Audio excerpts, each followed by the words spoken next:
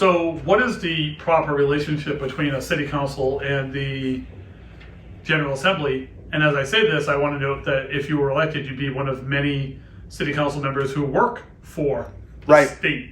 Right. Oscar Vargas, couple, actually, that's one in my head, but there's a few who work for the state. Right. So what does that look like? What does that mean? Do you want to talk about that a little bit? Yeah, I think that I would be, first leveraging the relationships that I have in my workplace in order to be able to make that happen. It's a little different when you work directly for the General Assembly or directly for the, executive branch.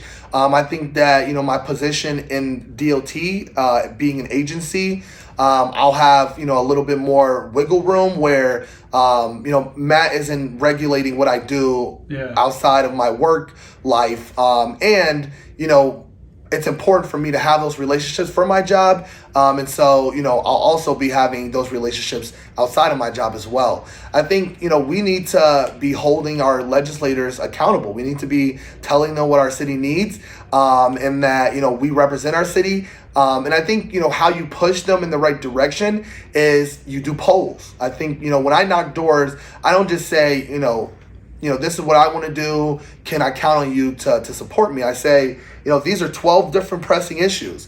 I would love to have your input on, all 12 of them. I would love to know which issue is your number one issue. And I take that data and I can utilize that data and say, okay, if 80% of my ward wants to see a ban on assault rifles, but the General Assembly isn't acting, let's start with my legislator, right? And, from there, let's find out what, Miguel's Ward 6, Ward, 12, Ward 14, what do these people think, right? And then let's build off to their legislators. So I think, to me, this is movement politics, is when you organize in everyone's backyard in order to see where these people sit, and then you utilize that to push people. It doesn't always have to be, front facing, right? But, if I have the numbers, I'm going to go and meet up with a legislator and say, this is what our neighbors want, right? And so you should be working with me to make this happen. And if they don't want to work with me to make that happen, then that's when we publicly release this data, right? And again, you don't have to attack anyone,